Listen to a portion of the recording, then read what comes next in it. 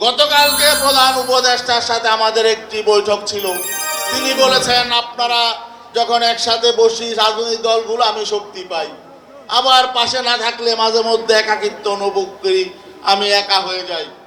তার মানে তিনি এখনো পর্যন্ত নিজের উপর আত্মবিশ্বাস নেই। গতকালকে প্রধান উপদেষ্টার সাথে আমাদের একটি বৈঠক ছিল।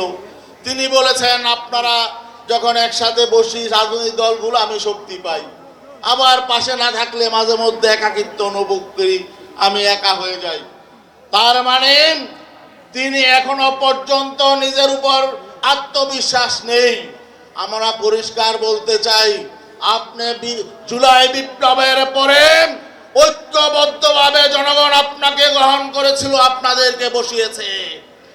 আপনারা যদি নীতি আদর্শের আলোকে জুলাই বিপ্লবের চেতনা ধারণ করে আপনারা কঠোরভাবে রাষ্ট্র পরিচালনা করেন, তাহলে গোটা দেশ আপনাদের সঙ্গে আছে, আপনাদের ভয়ের কোনো কারণ নাই।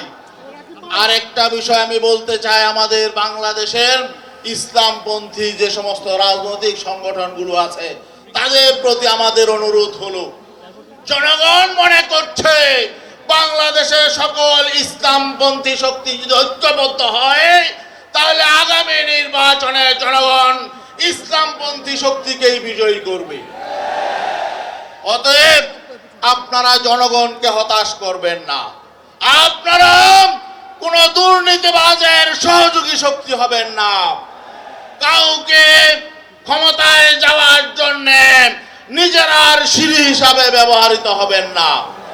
সর্বশেষ আমি আমাদের এই যুব আন্দোলনের যুব নেতারা যারা এখানে উপস্থিত হয়েছেন, বাংলাদেশের প্রায় 40,000 ওয়ার্ডের নেতা আপনারা, আগামী নির্বাচনে প্রকৃত লড়াই আমাদের হবে। আপনারা কি সেই লড়াইয়ে বিজয়ী হতে চান? এখনই কিন্তু নির্বাচনে যেন তেন ভাবে বিজয়ী হওয়ার জন্য বিভিন্ন মেকানিজম শুরু হয়ে গেছে। আর আমি আমাদের এই যুব শক্তিকে বলতে চাই, এই বাংলাদেশে জাতীয় নির্বাচনে প্রায় 42,000 ভোট সেন্টার রয়েছে। এই 42,000 ভোট সেন্টার পাহারা দিতে হবে। তার আগে ভোটার তালিকা ঘরে ঘরে গিয়ে সংশোধন হবে।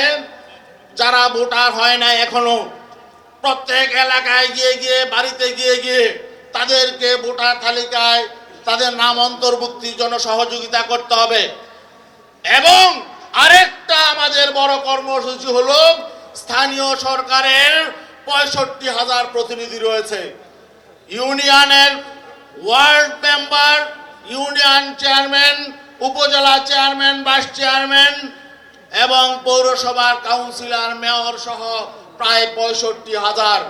আজকে এই সম্মেলন থেকে গিয়েই এই 65,000 প্রতিনিধি যুব আন্দোলনকে ঠিক করতে হবে। রাজি আছেন ইনশাআল্লাহ?